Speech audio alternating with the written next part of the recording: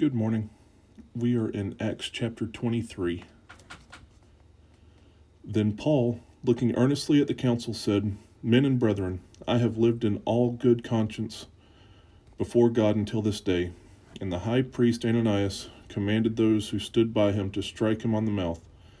Then Paul said to him, God will strike you, you whitewashed wall. For you sit to judge me according to the law. And do you command me to be struck contrary to the law? And those who stood by said, Do you revile God's high priest? Then Paul said, I did not know, brethren, that he was the high priest, for it is written, You shall not speak evil of a ruler of your people. But when Paul perceived that one part were Sadducees and the other Pharisees, he cried out in the council, Men and brethren, I am a Pharisee, the son of a Pharisee. Concerning the hope and resurrection of the dead, I am being judged. And when he said this, a dissension arose between the Pharisees and the Sadducees, and the assembly was divided. For Sadducees say that there is no resurrection, and no angel or spirit, but the Pharisees confess both. Then there arose a loud outcry, and the scribes of the Pharisees' party arose and protested, saying, We find no evil in this man. But if a spirit or an angel has spoken to him, let us not fight against God. Now when there arose a great dissension, the commander, fearing lest Paul might be pulled to pieces by them, commanded the soldiers to go down and take him by force from among them, and bring him into the barracks. But the following night the Lord stood by him and said, Be of good cheer, Paul, for as you have testified for me in Jerusalem, so you must also bear witness at Rome. And when it was day, some of the Jews banded together and bound themselves under an oath, saying that they would neither eat nor drink till they had killed Paul. Now there were more than 40 who had formed this conspiracy.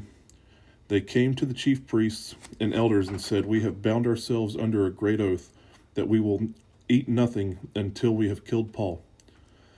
Now you, therefore, together with the council, suggest to the commander that he be brought down to you tomorrow, as though you were going to make further inquiries concerning him.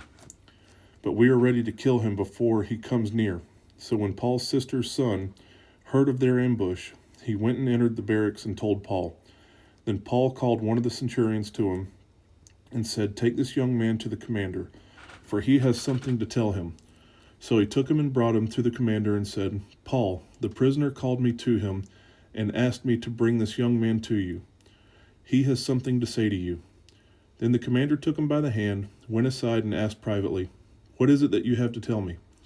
And he said, The Jews have agreed to ask that you bring Paul down to the council tomorrow, as though they were going to inquire more fully about him.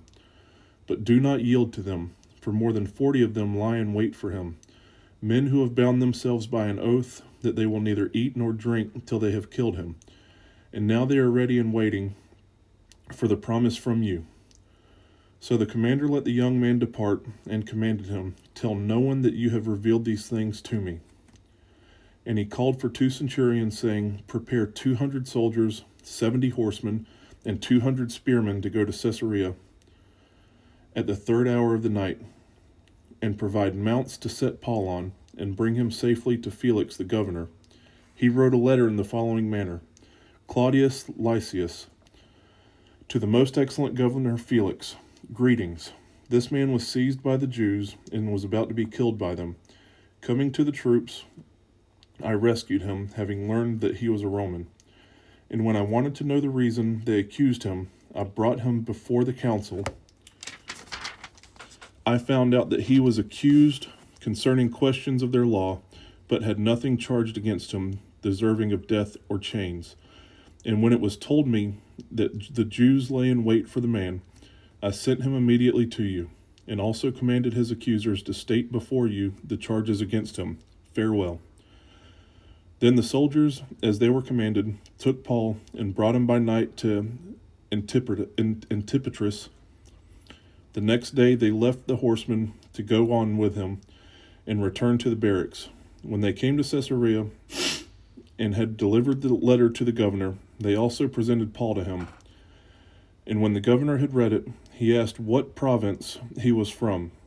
And when he understood that he was from Cilicia, He said, I will hear you when your accusers have come.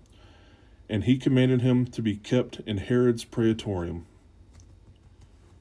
All right, folks, that was Acts chapter 23. Love y'all. God bless. Have a great day.